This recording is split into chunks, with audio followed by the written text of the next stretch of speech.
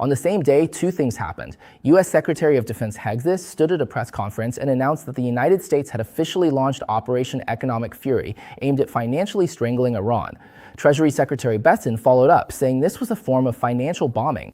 On the same day, Trump posted on social media saying that when Xi Jinping meets him in a few weeks, he'll give him a big, warm hug. One side is declaring war, the other is talking about hugs. Is this a contradiction? No, it's just two sides of the same chessboard. In today's episode, we're going to break down this game of chess. Welcome to subscribe to Fengwei's Perspective. Click the subscribe button next to this video and turn on the little bell so you'll be notified when we break down the most crucial news of our times for you every day. First, let's talk about what this economic fury operation actually is. Hung Sai said it very directly. The United States is ramping up its power like never before, and the Treasury Department launched this operation to put maximum economic pressure on Iran. Besson's original words were financial bombing. Specifically, the U.S. military announced an expansion of its maritime blockade against Iran. Ammunition, weapons, oil, refined petroleum products, iron, steel, and aluminum have all been added to the embargo list. Any ship suspected of transporting contraband to Iran, no matter where it is, faces the risk of being boarded, searched, and seized. At a White House press conference, Besson said that the U.S. has informed other countries that if they purchase Iranian oil or allow Iranian funds to remain in their banks, we now intend to implement secondary sanctions, which is a very severe measure. When a reporter asked him whether this amounted to expanding the war through economic means, Besson replied, "That's exactly right." Now, why is the main victim the Chinese Communist Party? Besson himself pointed out a figure. China buys over 90% of Iran's oil, which accounts for about 8% of China's annual oil imports. Once the blockade is enforced, Besson said China will suspend its purchases. This isn't a warning, it's an ultimatum. To understand the weight of this matter, you need to know a bit of historical background. In 2012, the Obama administration imposed sanctions on Iran, kicking Iran out of SWIFT, which is the global interbank financial messaging system. This move nearly cut Iran's oil exports in half, caused its foreign exchange earnings to plummet, and sent inflation soaring. Tehran was forced back to the negotiating table and ultimately signed the Iran nuclear deal in 2015. But that time, Chinese banks basically got away unscathed because the U.S. didn't take action against Chinese financial institutions. This time it's different. Besson said that the U.S. has already sent letters to two Chinese banks. He didn't reveal the names of the banks, but he made it very clear. If we can prove that Iranian funds are flowing through their accounts, then we intend to impose secondary sanctions. Many people might not be very familiar with the term secondary sanctions. Let me explain. Regular sanctions target the named entities directly, but secondary sanctions are a whole different level. They punish third parties that do business with the sanctioned entities. In other words, even if you haven't broken the law directly, as long as you have financial dealings with Iran, the U.S. can kick you out. What does it mean to be kicked out of the U.S. financial system? It means you can't settle transactions in US dollars, can't do business with any American banks, and can't participate in the vast majority of global international trade. For an international bank, that's basically a death sentence. The US has used this weapon before, and the results were astonishing. In 2014, BNP Paribas was fined nearly $9 billion for violating US sanctions against Iran, Sudan, and Cuba, which shocked the entire French financial sector. Since then, no European bank has dared to cross that line again. This sword now hangs over two Chinese banks.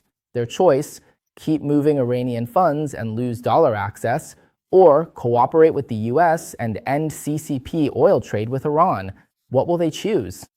Will they give in to pressure and cooperate with the US to cut off Iran's financial transactions? Or will they pretend to cooperate on the surface but secretly find another way to keep the money flowing, following the CCP's orders to hold the line and go head-to-head with US sanctions? Leave a comment and tell me your thoughts. Besson's move has an even harsher side to it.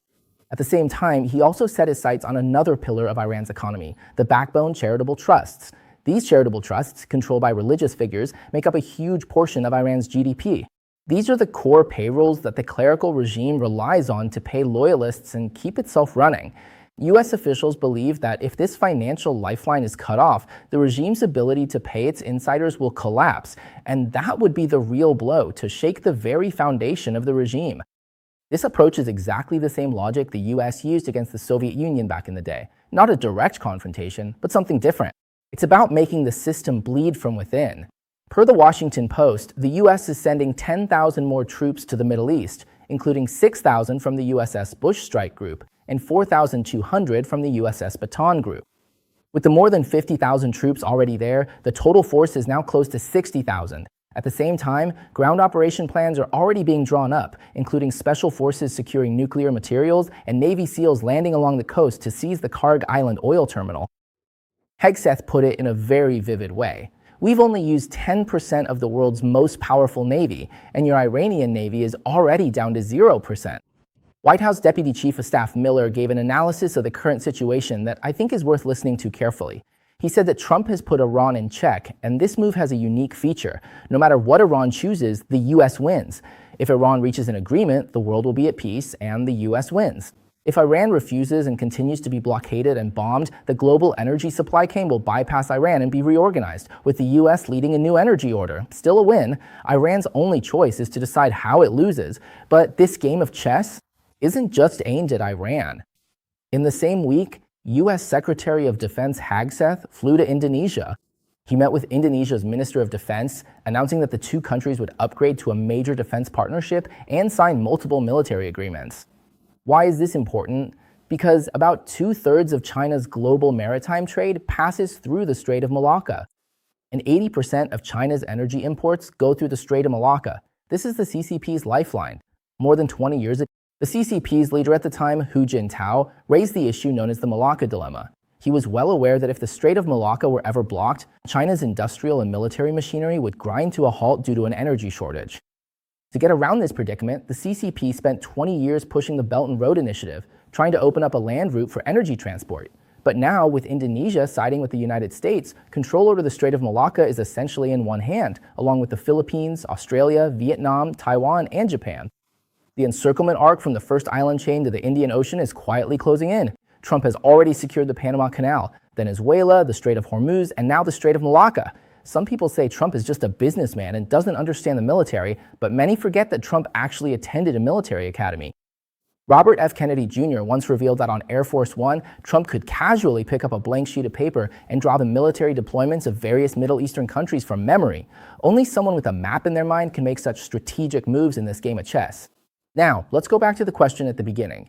Why did Trump say that Xi Jinping would give him a big hug? Let me read Trump's original words again. He said, "China was very happy about my decision to permanently open the Strait of Hormuz, and they also agreed to stop sending weapons to Iran. A few weeks later, when I arrived there, President Xi will give me a big warm hug. We are working closely together and everything is going very smoothly. Isn't that better than going to war? But remember, if we have no other choice, we are very good at fighting, far better than any other country." If you read this as a diplomatic gesture, it feels awkward. But if you read it as a final ultimatum, the logic becomes very clear. To put it bluntly, Xi Jinping, you have two options now. The first one is, stop supplying weapons to Iran and cooperate, and the Trump-Xi meeting will go on as planned. Everyone will take photos, have drinks, and you'll save face. The second option is to keep playing games behind the scenes, and then the Trump-Xi meeting will be canceled. As for we are very good at fighting, that's what that means. Think about it. This is exactly the same tactic he used against Maduro in Venezuela. Back then, Trump was friendly to Maduro on the surface while tightening the noose behind the scenes. In the end, Maduro was captured alive, Venezuela stopped exporting oil to China, and all of the CCP's investments there went down the drain. Now, the same scene is playing out in Iran, with China's oil supply route from Iran being cut off. Banks involved in capital outflow are facing secondary sanctions. The scandal of satellite military aid has been exposed by mainstream Western media, and Trump didn't miss the chance to twist the knife, saying something that made Xi Jinping especially uncomfortable. Xi Jinping is the one who needs oil. We don't need energy.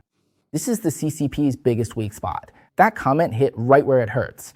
Interactive question 2. The Xi-Trump meeting? Do you think Xi Jinping will end up going? He will. Xi Jinping needs this occasion to stabilize the situation. If he doesn't go, he'll lose face completely, and it'll look even worse, so he'll go. But before the meeting, he'll make some kind of retaliatory move. What's your take? Leave me a comment and let me know.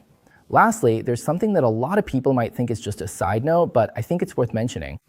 White House Press Secretary Levin announced that the Trump administration will submit a plan to build an American triumphal arch to commemorate the 250th anniversary of the founding of the United States. This arch will stand over 76 meters tall with a golden Statue of Liberty with angel wings at the top.